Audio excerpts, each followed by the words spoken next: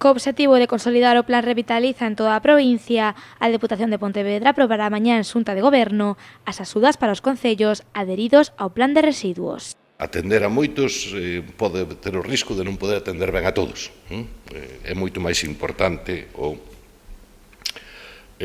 atender ben e que funcione ben nos concellos que un número máis ou menos, pero obviamente pois se adire máis no futuro, pois encantados. Dos 42 concellos adheridos ao Plan Revitaliza, 14 están xa na segunda fase.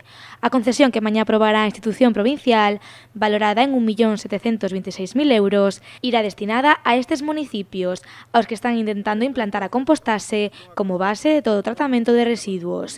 Destes concellos solamente quedarán fora Bueu, Cangas, Moaña e Ponteareas. Unha cantidad verdadeiramente sustancial.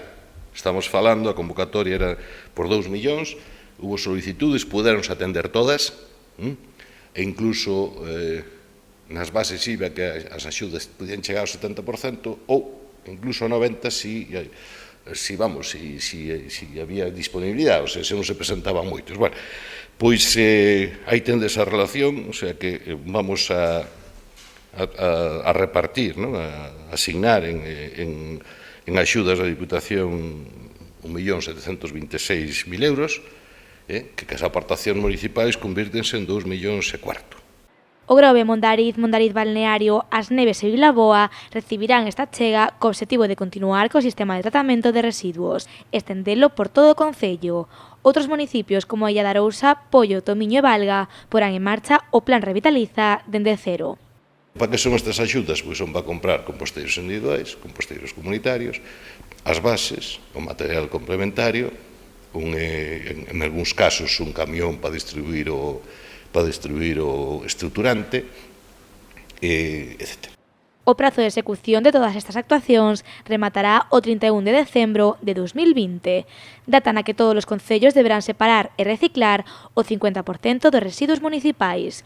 O vicepresidente da Deputación está convencido de que todos chegarán a tempo. É a provincia na que máis concellos van a cumplir.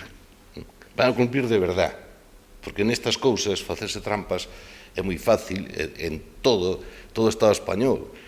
En Galicia en particular, pois estánse facendo trampas, contando como reciclaxe que non é, etc. Pero digo, en serio, que vayan a cumplir.